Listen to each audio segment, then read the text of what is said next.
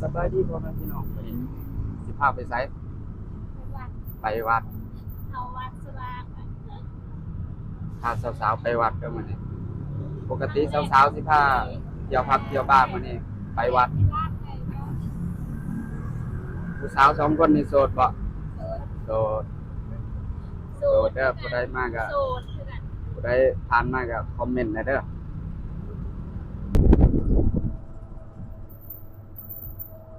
คนบ่ค่อยหลายตอนเที่ยงคนบ่ค่อยหลายมันแดดตอนเย็น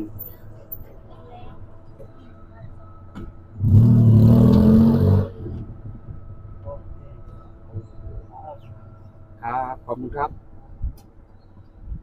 เอามาฮอดวัดภูเขาทองเด้อพี่น้องวันนี้น้องๆอยากมาเที่ยววัดภูเขาทองบางคนอาจสิบ่เคยเห็นเนาะแต่ว่าคอยกับสาวขาวเนี่ยมาหลายเทื่อแล้วเด้วัดนี่เป็นวัดงามหลาย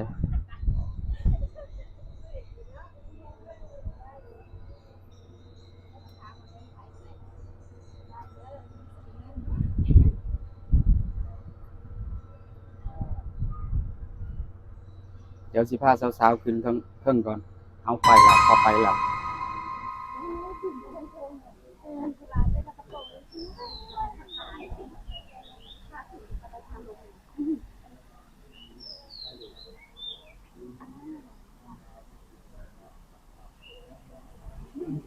ป่างามๆเลย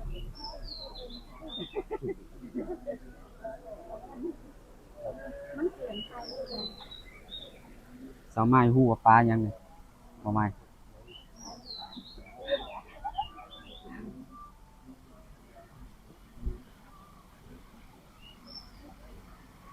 งามแฮงปลาครับ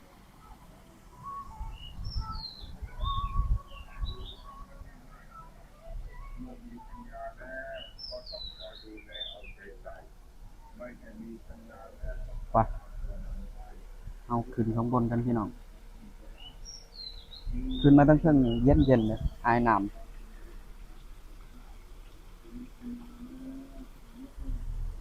อันนี้ก็จะเป็นน้ำตกแบบคล้ายๆธรรมชาติเลยแหละ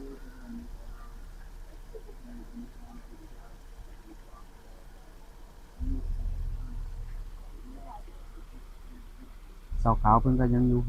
คนถ่ายรูปปลาอยู่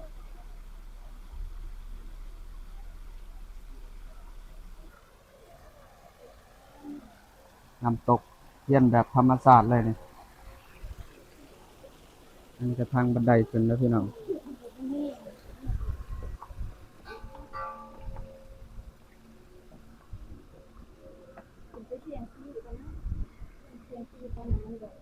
สาวขาวมาแต่ละเทื่อนี่มักมาเสียงสี่บ่กูมาเสียงตอนนั้นมันบอกว่าเขามาหมักคนใหม่ไปแต่โดนแล้ว ผู้ใดมัก ใจกูเมื่อกูว่าสิเลิกเลยกับผัว เมื่อใส่ชุดนี้กูเสียงใหม่ ถ้าเสียงบัดนี้เด้ ถ้ามันบอกว่าเลิกก็เมื่อก็เลิก จะสิเลิกแล้วบ่ อืม สมบอกสมบัติให้เมียหมดบ่ให้ผัวหมดบ่ บ่แล้วได้หายยังแล้ว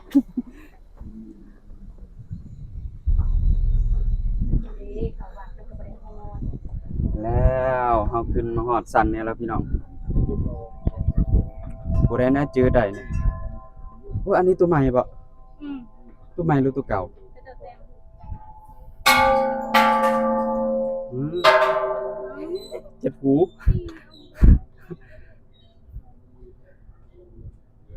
ขึ้นมาฮอดสันนี่ก็สิมีกระดิ่งเลียนแถวกระดิ่งบักใหญ่ๆนึงผู้คนก็สิมักมาตีได้ตีจังซี่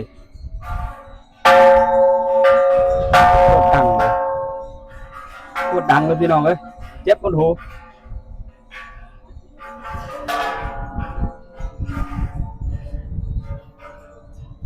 มื้อนี้ก็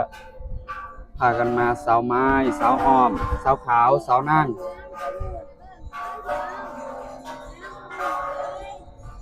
พากันมาสามสาวนี่โสดเด้อสาวขาวโสดอยู่บ่ โสด หืม ได้ เว้าไป โสดเสมอ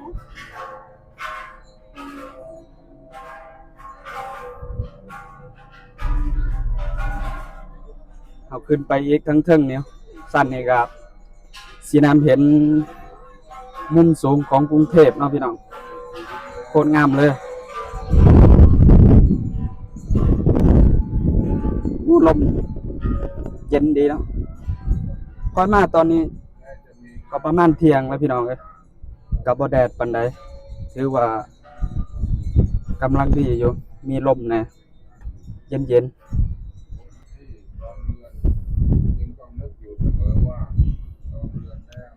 มาเบิ่งมุมกรุงเทพสวยๆงามๆโอ้อันนั้นเป็นวัดหยังวะข้อยบ่เคยไปข้อยอยากไปเด้วัดตัวนั้นน่ะ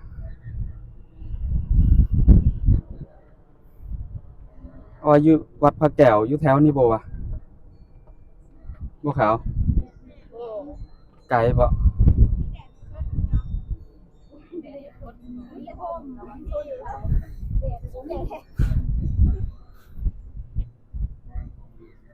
ก็ยังสูงอยู่เด้อนี่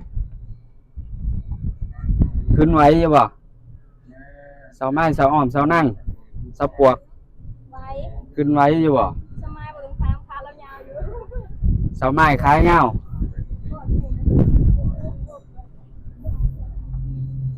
ไปเป็นนางแบบบ่เสาไม้ขายเงาบัดนี้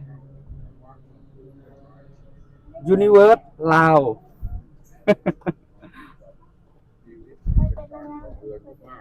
อันนี้ก็สามารถก็เป็นน้องใหม่มาเฮ็ดงานนำกัน เป็นเฮ็ดงานได้เดือนหนึงแล้วล่ะแม่นบ่ไหมเจ้าเฮ็ดงานได้เดือนหนึงแล้วบ่เดือนกว่าเนาะโอ้มาเซาเมื่อยเนาะผมให้เนี่ยมันแดดโพดอืมเซานางนะบ่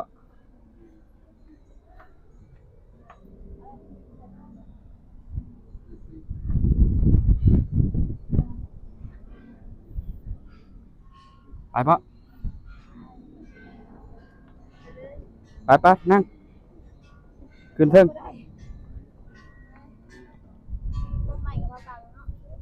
เออ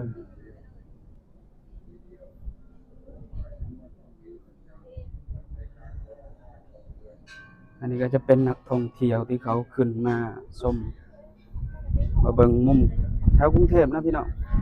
ขึ้นมาสูงๆแถววัดภูเขาทองนี่ถือว่าเห็นมุมกรุงเทพถือว่างามเลยแหละ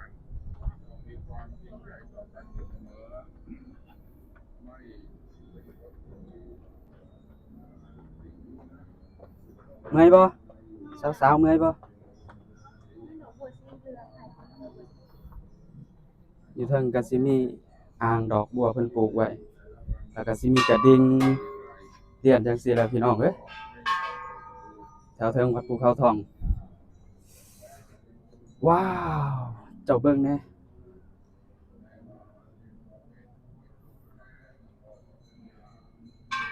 ถ้าพุ่นก็สิเป็นตลาดมหานาคตลาดโบเบค่อยมักไปซื้อของกับสาวขาวตอนแรงหาซื้อแนวกินเด้เพราะว่าอยู่บนหอพักค่อยน่ะอาหารการกินก็บ่ค่อยหลายปานใดต้องย่างไปตลาดไกลเติบเด้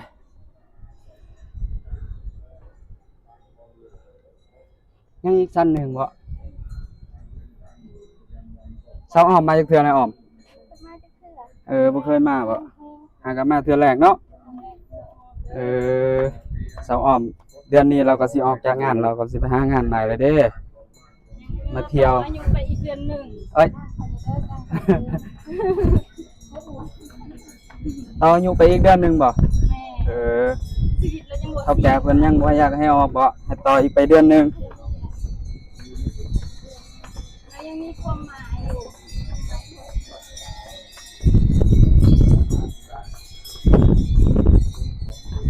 ขึ้นมานี่ก็เซาขาสิเฮ็ดหยังตอนเกษียณซี่แหละแม่นบ่นี่เอาขึ้นไปเครื่องมันก็สิมีพระไหว้กลับมาไหว้ได้เลยสามารถสิมากราบมาไหว้บ่สามารถกราบไหว้ขอพรให้พ่อผู้บ่าวงามๆรอๆบ่ พ่อผู้ลิให้นอนสิรับเลี้ยงแม่นมาเด้อ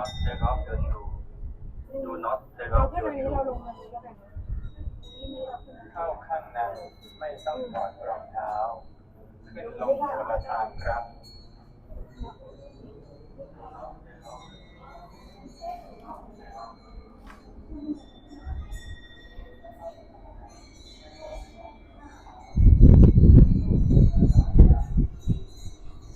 นั่นนะจับก่อน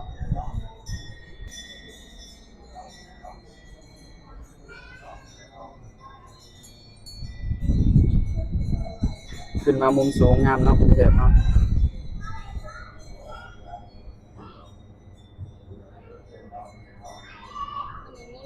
มื้อนี้ได้หยุดพร้อมกันก็เลยมีเวลามาเที่ยวนํกันปกติก็หยุดกันคนละมื้อส่วนข่อยก็มากับสาวขาวแต่ละเทื่อ2คนบ่ได้หยุดพร้อมกันมื้อนี้หยุดพร้อมกันก็เลยมาหาเที่ยวนักท่องเที่ยวก็หลายนะเพราะว่าช่วงตอนเย็นแฮ่งสิหลายกว่านี้พี่น้องไปเฮาไปมุมพูปะขาวไปบ่ฮ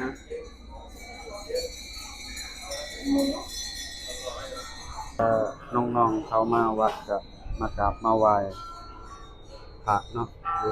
อยู่วัดภูเขาทองก็เป็นธรรมดาของชาวพุทธเนาะพี่น้องเนาะวันนี้ดีใจได้มากราบมาไหว้วัดภูเขาทองผู้ที่บ่เคยมาก็มีน้องอ้อมน้องไม้เนาะบ่เคยมาครั้งแรกส่วนน้องนางนี่โอ้ยมาหลายเทื่อแล้วเด้นี่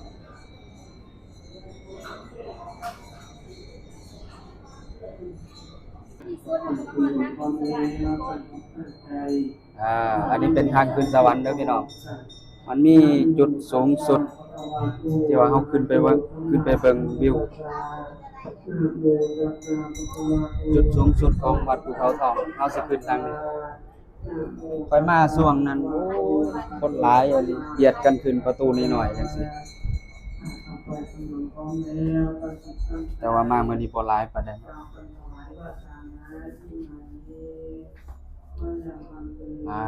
โตขึ้นมาบางทีก็สิเห็นยอดเจดีย์งามๆวัดภูเขาทองพี่น้องเอ้ยว้าว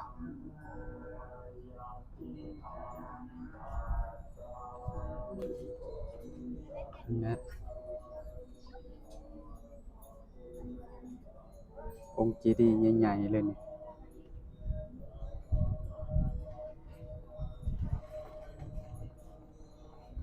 อยากได้จะมีโอกาสได้ขึ้นเทิงจังซี่เจอค่อยมาบางช่วงก็คนหลายก็บ่ได้ขึ้น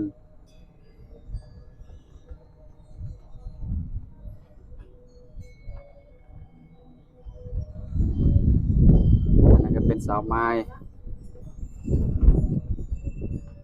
สาวนานไปไสต่อเฮาบัดนี้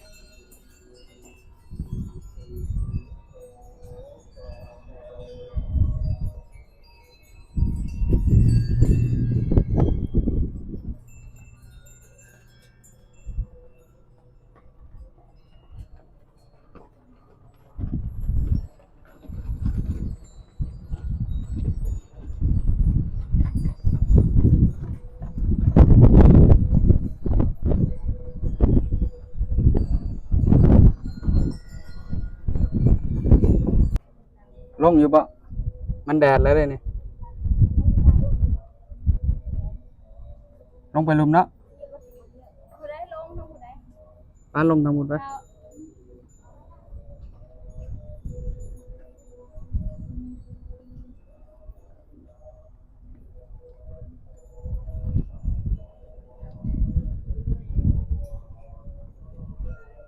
พากันลงเสียงซี่บัดนี้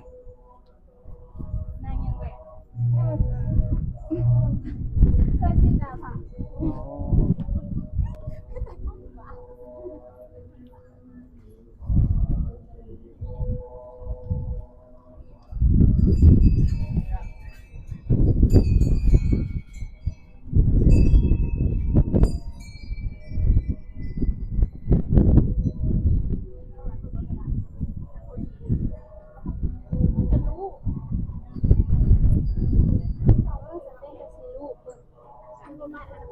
ม่น ดัง เขาให้รูปซะบ่มันบ่แม่นคือบ้านเฮาได้ ฮะ แม่นซะบ่เขาให้ตีเอา ตีของเอาอยากรวยๆอยากดังเอาตีเอาตี3 บาท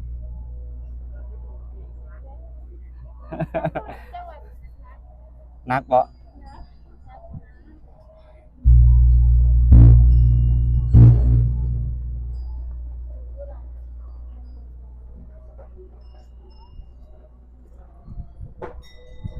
คนที่ว่านะที่คนมันก็ตีด้วยกัน โอ้ทำไมตีแห้งเนาะบวกแล้ว ดังจนหนูเลย บวกแล้วตีเด้อตี4 บาทเจ้าน่ะ ว้าวดังดูแท้ดูลายเด้มีลายครบคือดังดูแท้เลยมันก็นาแท้ พอ แท้ของอันนี้เล็กน้อย อยู่บ้านเนาะพัดมันสิเป็นรูปเอาเนาะรูปแล้วมันจังดัง อันนี้มันหนาเด้อเล็กหนาท้องหนา นะ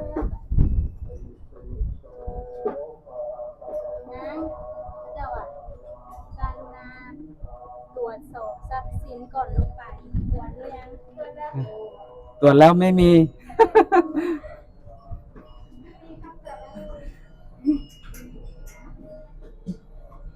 ระวังพลาดเด้อพี่น้องบันไดสั่นนะ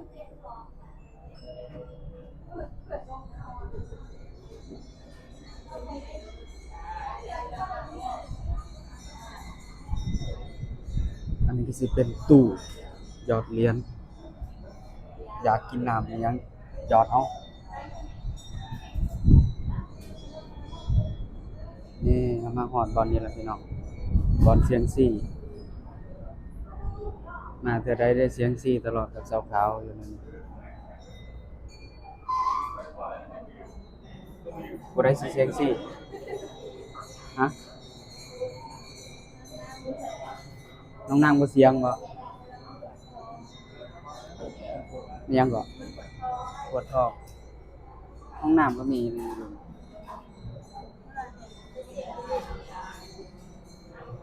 เสียงอยู่นี่ก็ได้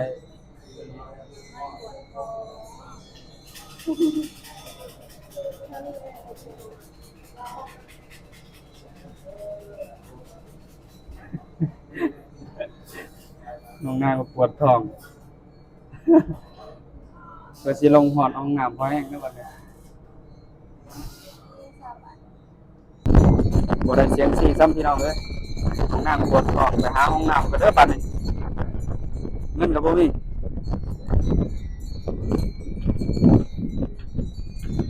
บ่สิอยากลงไว้บ่สไลด์ลงจังซั่นครับว้าย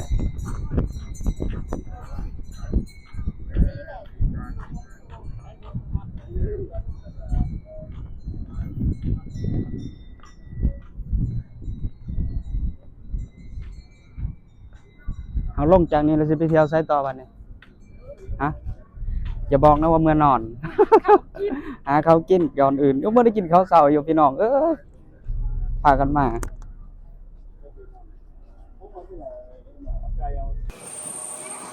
พอดีสุมคอยลงมาจากแต่เทิงเนาะมายางเขาท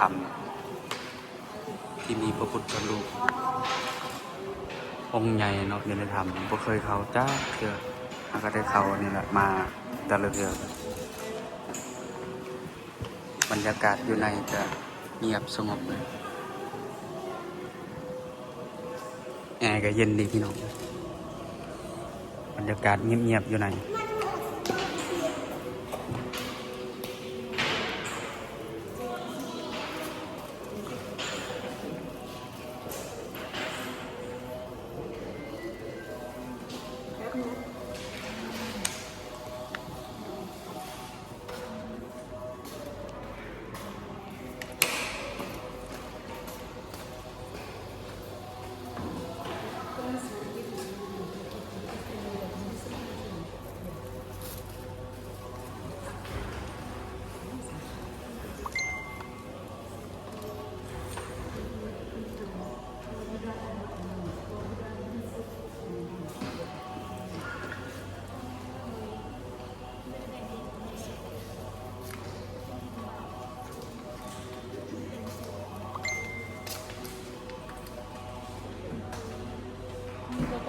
นี่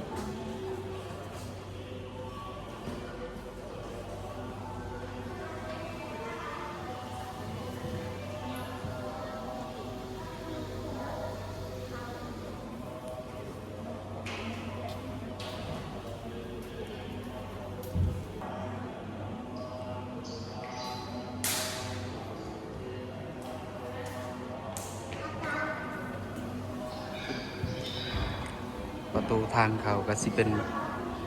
ประตูเลื่อนนะพี่น้อง